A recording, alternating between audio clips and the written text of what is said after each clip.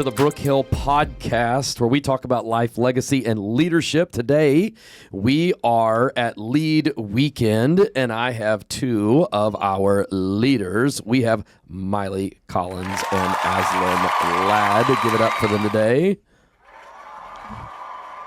Studio audience right there. That's awesome. Okay, so what are we talking about today? Obviously, we're talking about things that we're learning and subjects that we want to talk about when it comes to leadership. What do we want to talk about today? Aslan, are you telling us about it? Absolutely. We are getting into mid-level leadership. So leading without a title or leading with a title that's just not the highest title you're able to get. Yeah.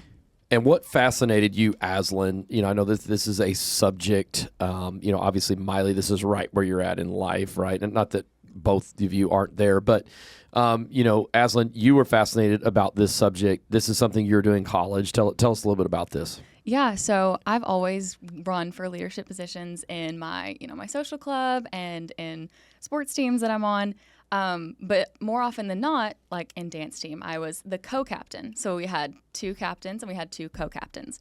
So I was not the highest level leader. I was just a step below. And I think that's so incredibly important. Like a lot of people think like, oh, I don't have a title, like then I'm not in charge. I'm not a leader. And that's absolutely not true. You can lead just as well without a title as you can with, sometimes even better. But I just think also because I plan to be a PA in the future, I want to go to PA school. You're not the head physician. You have to, submit to that authority in that aspect, but you're still over so many other people. You're kind of like that mid-level. And I think having that ability to lead without knowing, or like without having that title and knowing that someone else is above you is just so important. And I think, obviously, Mylie, in high school and college, anybody who's like, I want to be a leader, this is right the pocket that they would find themselves in, right? Yeah. Where I don't have a title or I'm leading my peers or whatever, which is so challenging. Obviously for me, I'm 45 years old, CEO here at Brook Hill. And so, I mean, everybody just does, they listen to me. And so I don't have some of those struggles. But what are some of the challenges that a mid-level leader would have? Someone that, say, is on your book or on the tennis team or what have you, and coach is like, hey, I want you to be a leader. What are some challenges that you see and what fascinates you about trying to be a leader at your age? Yeah. I think for me, the most experience I've had on leadership is in yearbook. I started my sophomore year, and it was my first year on staff, and I got the assistant editor position, which is normally a junior. And so that was kind of weird for me and just took a learning curve because, first off, I just never done anything like it, and so it took me a minute to figure it out. But then I was also in charge of people that were a year, 2 years older than me. And so that definitely just was kind of a learning curve. I had to figure it out as I went, and so I was definitely that taught me to be very good at just being going with the flow. I wasn't able to really know what's happening because I was figuring it out while I'm trying to teach it to people, while also making sure that I'm doing my job, they're doing their job. So that was definitely my first experience with kind of leading people older than me. My next year on staff was a little weird just because of how it all worked out, that I was the design editor and not the chief, which is normally how the flow goes. And so for me, the chief was a first year on editor staff, and it was definitely a learning curve because we were more co-leaders but had different roles. And so for me, it was a challenge because I had to help them, but also the chief is in charge. And so I'm having to basically work for their vision. And so I'm having to figure out what their vision is. So that was definitely a learning curve. Because I was designing the whole book, but I'm also supposed to be designing to what they wanted. And so that was definitely something that took me a minute to figure out, okay, yes, if I like it, that's great, but I'm supposed to make it for them. And so I have to carry out what their vision is and what they're wanting. And so trying to, first off, communicate to understand what that is that they want from me, but then also having to carry that out on paper or on a computer for your book. Which that is literally the definition, 100% of a mid-level leader, right? Absolutely. I didn't get to set the vision. I didn't get to set anything. And so, Aslan, in your studying, what do you do in these situations, right? Absolutely. No, I mean, it's just like Mylie said, she was the perfect example of a mid-level leader. It's about communication. I mean, if you don't have communication with the person who's above you and the people below you, you have no communication at all, and everything just plummets. So on the dance team, I had a captain above me. I was the co-captain. So it was my job to bridge the gap between captain and team, because yes, I'm a captain, but I'm not like the highest, the scary, the one in authority. You know, I'm the one that's bridging the gap between the two of them, hearing what these girls are saying as they're like, okay, this is happening and it can't happen anymore, or this and this happened, there's drama, whatever, and bringing that to the captain to either delegate and deal with, or to the coach whenever it needs to bypass everyone, like mandated reporter style. So the biggest thing is communication and having certain tools, like you were talking about earlier. You need to have tools in how you're leading. Otherwise, you're not going to be able to lead. You're going to step on your higher ups' toes, or you're going to not be a leader at all. I would think there is potential for this to go well, and I would think there's potential for this not to go well, Absolutely. right? What are some of the things that is a no-go, right? Like, because as a mid-level leader, you probably have more of the ear of people who might be rolling their eyes. Because listen, as a young leader, you're not perfect, period, right? So you got somebody running a yearbook team, you got somebody, doing what you guys are talking about. They're not going to be perfect. No, without a doubt. And so, but as followers, we expect them to be perfect because they're in charge. They got a title, right? And so, what are some of the things that are no-goes? What are some of the things that we should stay away from? And then maybe what should we lean more to? I think for me, we on yearbook staff, we have our yearbook advisor, who's basically our teacher, but we all love her. We're really close with her. She's been there for 18 years. And so one of the conversations we had at the very beginning of the year was how do I do this well? Because I just was wanting to, like I said earlier, submit to the vision of the chief, but also I have a little bit more experience just being on editor staff. That's just a totally different kind of ball game. But then obviously it's not my book, and so I want to hand over that control. And so we just kind of talked about always supporting the person in charge. And so even if I hear one of our staff members, if they were talking hey, I don't really like how this got, how our chief did this or that, and it's I'm supposed to be supporting that person, whether I agree with it or not. It's my job to make sure that there's unity and to kind of shut down any kind of drama or conflict or anything like that. And I'm supporting the chief because that's who's running. And so we're on leadership together. So this is a team effort. And so just trying to stay united as a team. And so just avoiding any kind of talking bad about or degrading who's in charge or degrading authority, because that just creates separation. And we just again, it's a team. And so we're trying to create that unity. Absolutely. It's a united front. You have to be on you're on different levels leadership wise, but you have to be on the same level and on the same page with how you're running your team and how you want everything, how you're doing everything, executing everything, who's going to do what. You have to delegate tasks and that kind of stuff, which a lot of mid-level leaders have trouble with, because either your higher up is no, I've got it, I'm going to do everything. I'm the problem. I have been in the authority position over other people, and I'm no, you don't have to worry about it. I'll get it. It's no big deal. Or I'm worried that they're not going to do it how I want, so I do it just the way it is. But then I'm the same control freak. I'm the same way whenever I'm a mid-level leader and someone's above me and they're no, I got it really. And I'm no, I think you could really use my help. So I'm a hypocrite. I'm not helping because I do this and I need to, delegate more tasks, but I have problems giving up control. So it rolls right into if I was a mid-level leader and I'm doing that. But I have my lead weekend notes from last year, actually, and there's a list of 8 things that matter for mid-level leaders. And I always thought, I keep reading over this all the time, and I think it's just the most interesting thing, because there's 8 things that matter whenever you're a mid-level leader. It's your honor, your timing, your information, your motive, your solutions, your initiative, your truth, and your trust. All of those things, there's so many different notes that go into it that we could get into. We probably shouldn't. That mid-level leaders specifically need What to are look your out top for. 3 from those? What for you, what do you think if they were sitting here listening, what would be, listen, you got to star these 3? I'm going to have to say motive. If you don't Motive. have your values, if you don't have your motive, if you don't have your reason why, you're not really doing it for the right reason. And you and your partner or your captain or your chief or whatever, you guys have to be the same with that. You have to have the same motive. You have to have the same values. Otherwise, it's just not going to work. Your ship is sinking. I could feel Mylie's motive, right? You can tell she's I just want to support my leader. And I think God honors that, right? And I think that is huge. It sounds to me like mid-level leader almost is the most important leader, right? Now, I mean, obviously, if the upper leader's toxic, that's not good. But that if they're supportive, I know we do this on Girls Hill, or we do this anywhere here at camp, where we need these people who are leading. And even if you don't have a title, you're a mid-level leader. Absolutely. Yeah. Right? You're influencing those on the team, and I think they are so vital. So it sounds like communication.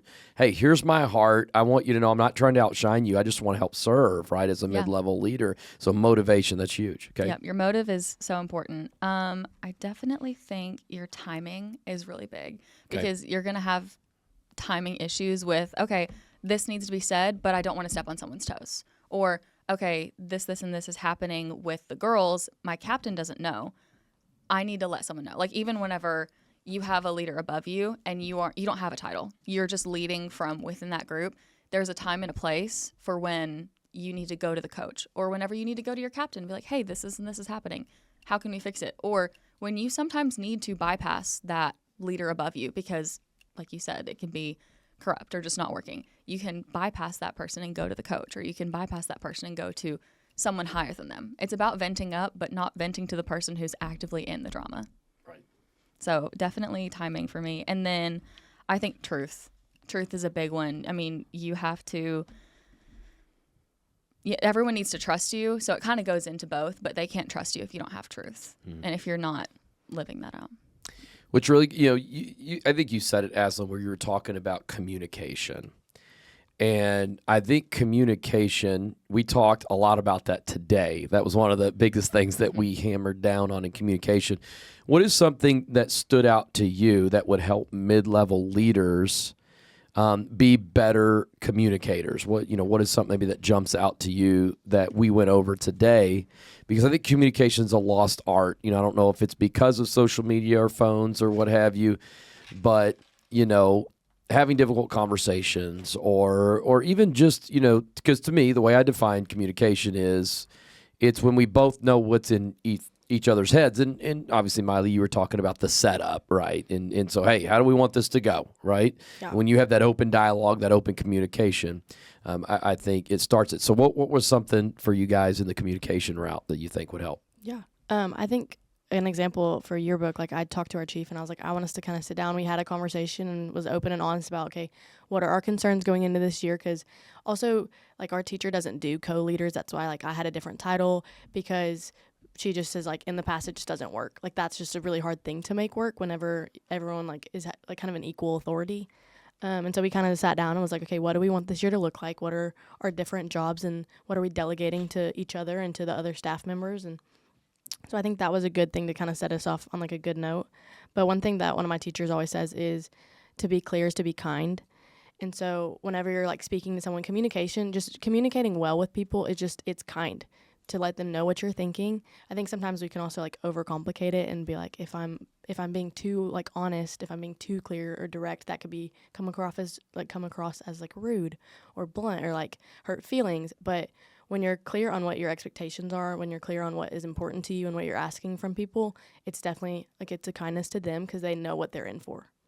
Yeah. One of my favorite one-liners that's been said this weekend, and I've heard it before this weekend, but it's so good, is most people would rather follow a leader who is real rather than a leader who is perfect. And I think it's really important that with communication, you're letting people know that, okay, like, I expect this from you, but just know that I fall short too. Like, this is a problem, but it's okay. You need to give that second chance. You need to give them the opportunity to fix it. Otherwise, that's just not being a leader. But another thing that goes along with how the truth matters is if you go to a leader with truth, be ready to receive truth in return. So it's that communication. You can't say, you're the problem, and then expect someone to be like, oh, you're right. I'm going to fix everything. But you're perfect, so I'm going to follow after you. It's not true.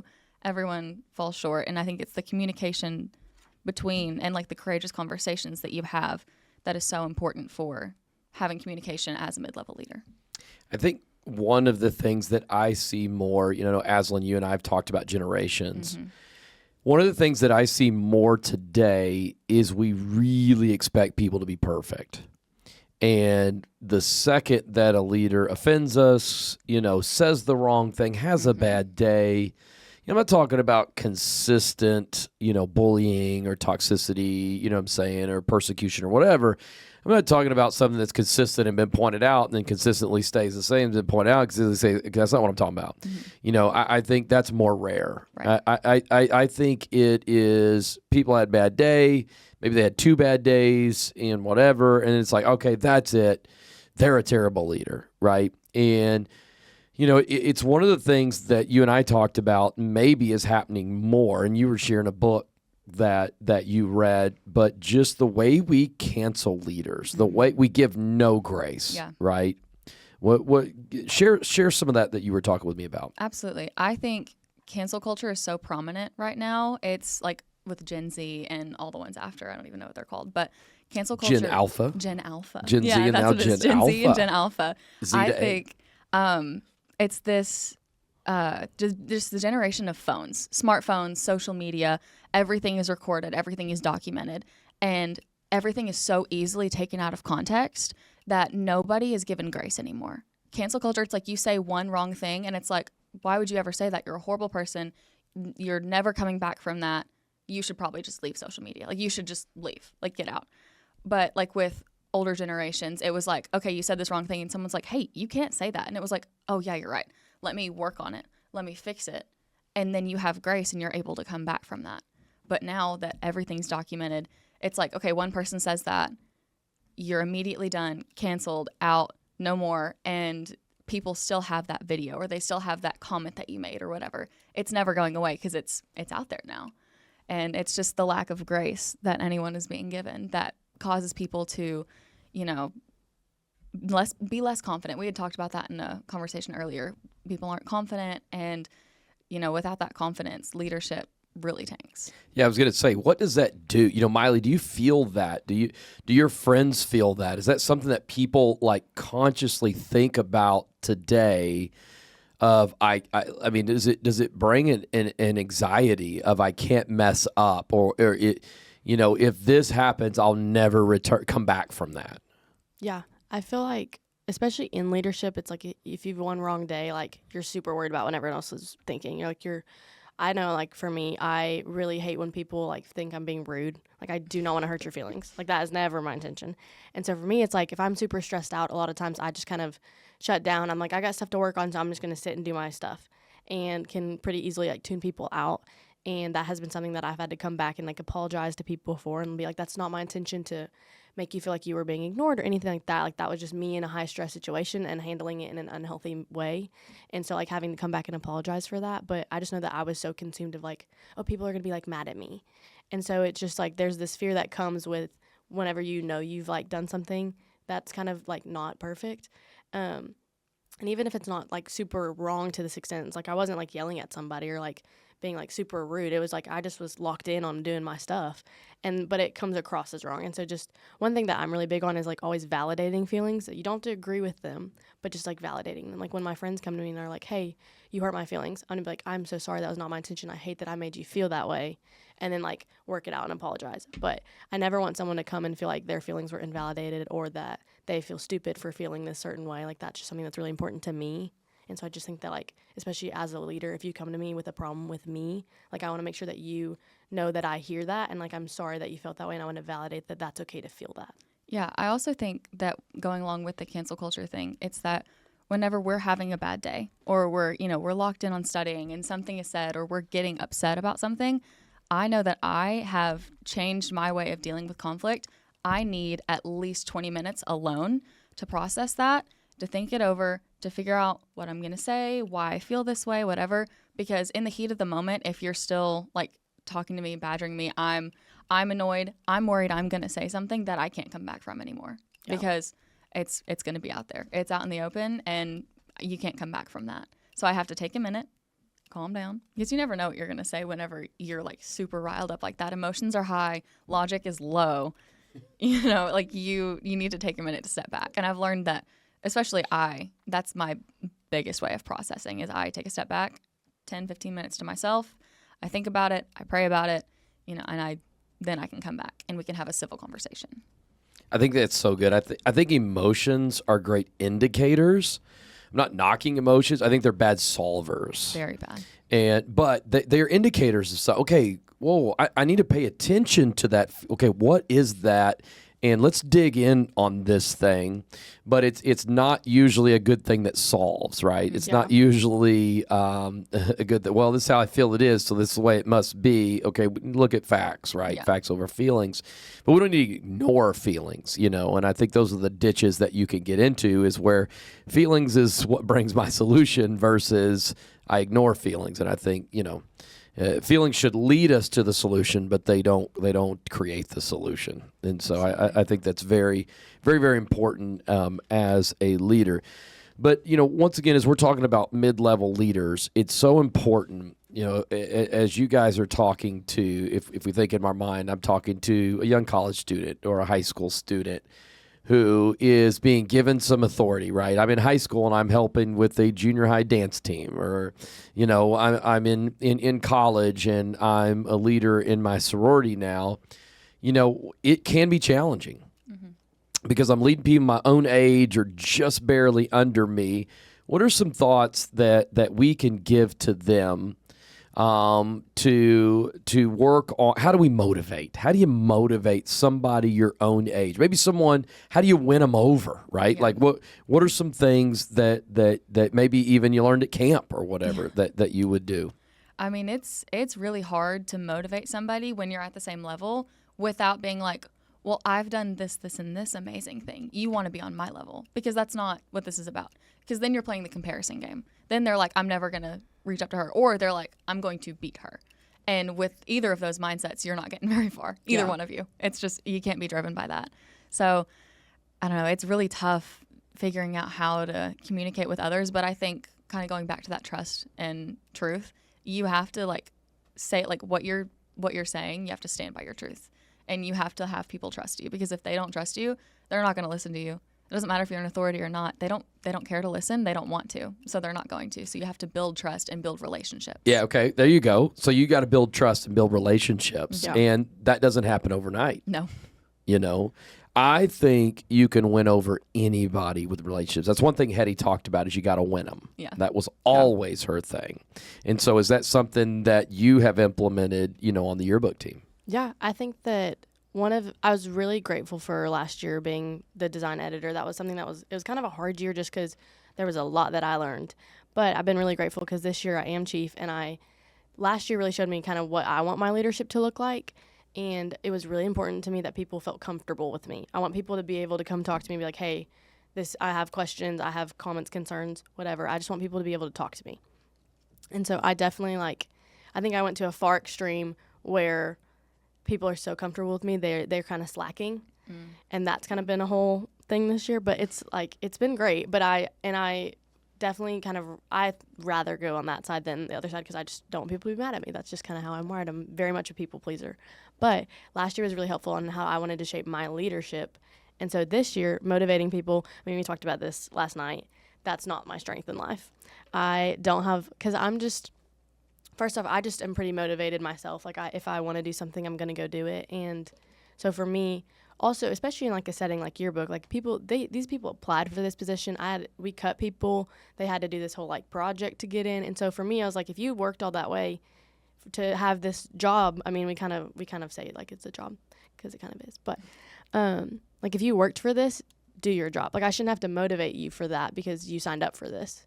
And so that's definitely not my strength. But where it has been helpful is I have Emery Jones, who's one of my editors on the staff this year, who that is her strength 1,000%. She loves motivating people. She loves getting people excited. And so I've let her kind of own that area, and that's been super great to let her flourish and do something that brings her joy when it's not something that brings mine, which definitely related to your talk this morning about your team should be variety. You don't want everyone to be like you, because then there's so many, everyone has the same weakness, everyone has the same strength.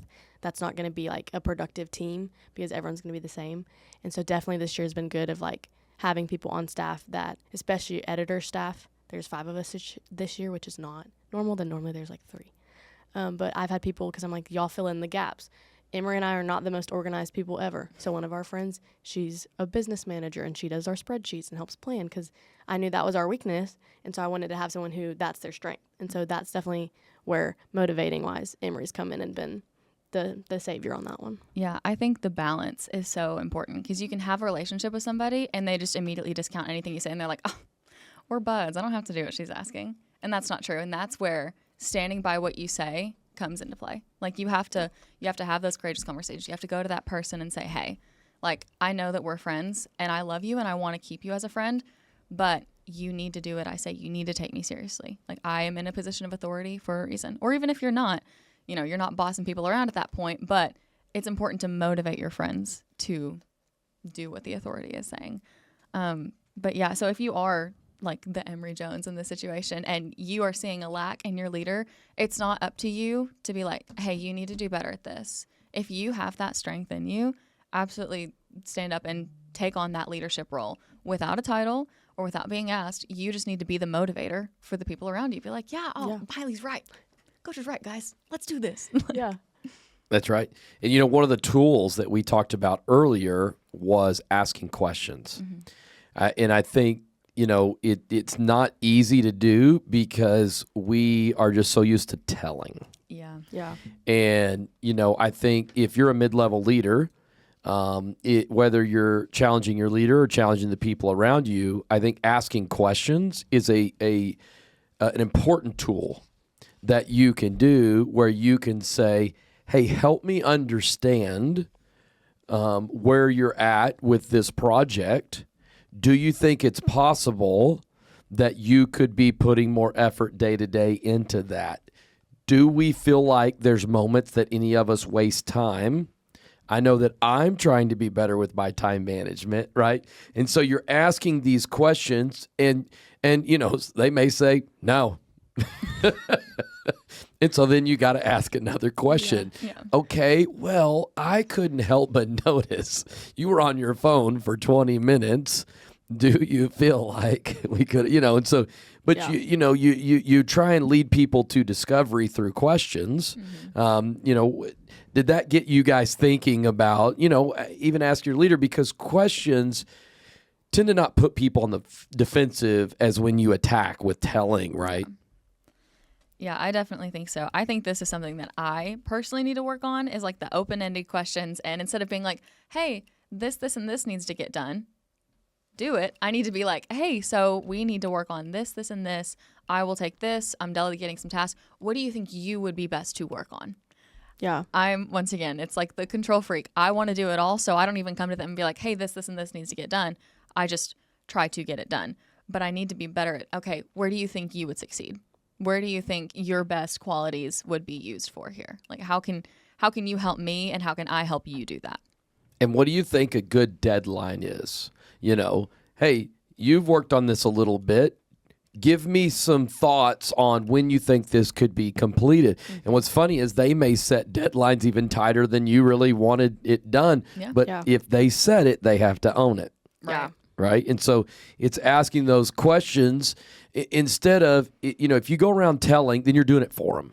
Yeah. Right. And you're going, but Aslan, that it's so easy to do. You were saying that, right? Yeah. That you were like, it's just easier if I do it for them. Yeah. This is from last year, but I think you said it again, literally earlier this morning. Telling is robbing the opportunity to solve. The best leaders are world-class question askers. And I was like, oh, I got to write that down. I'm not good at asking questions. And especially like the leading questions or the open-ending questions. If I know the answer to the question, I'm just going to tell you.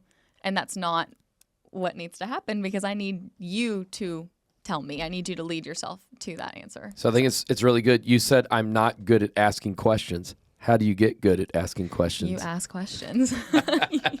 You practice and you work on it. That's it. And the reason that no one's good at it is it's not what we do. No. We're too busy wanting to tell our story, mm-hmm. right? And so we want to get other people telling their stories, and we want to get other people, you just can't change other people.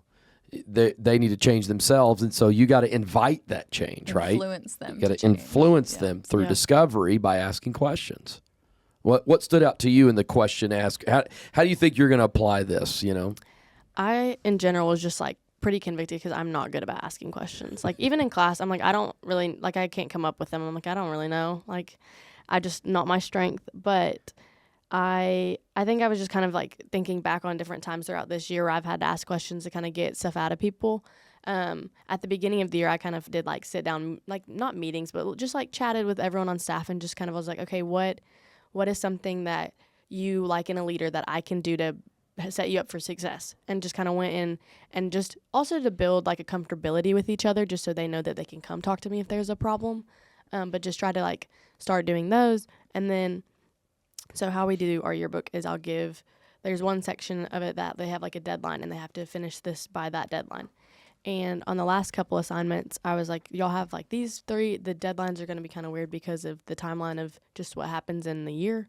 And so would y'all rather me like give y'all them and have a deadline, or would you rather me just give all of them to you right now and y'all can do them as you get them done? And they said, rather do them as we get them done. And so they must like, whenever they started kind of getting them wrapped up, you could just tell they got them done faster than I probably would have assigned them to, like you said. But I also was just giving them control. They had a little bit more freedom because they had like 3 different things they could have been working on, and so they got to kind of pick. And so definitely like asking questions to set up your staff or your team for success, trying to figure out what they want from you, because I mean you can't lead if you don't know what kind of leadership they're seeking from you. Yeah, and like everyone wants control. That's just a well-known fact. Everyone wants to Human be in control. nature. It's human nature. You want to be in charge. And if you don't want to be in charge, you want to have control over who is.